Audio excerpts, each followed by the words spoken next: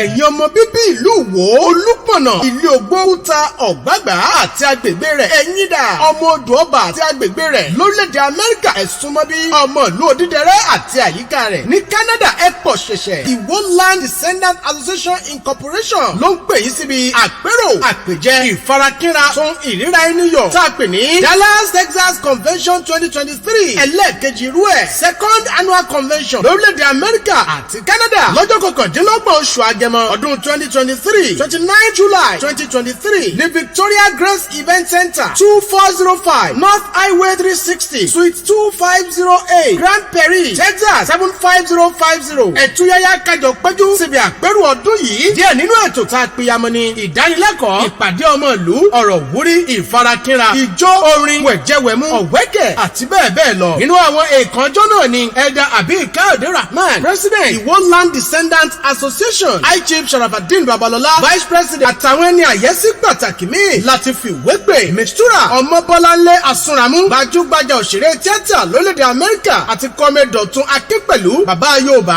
ni yóò fẹ̀wà èdè àti ẹ̀fẹ̀ darí ètò fún àlàyé kíkún kẹ́kẹ́ ẹ kàn sí +1 469 992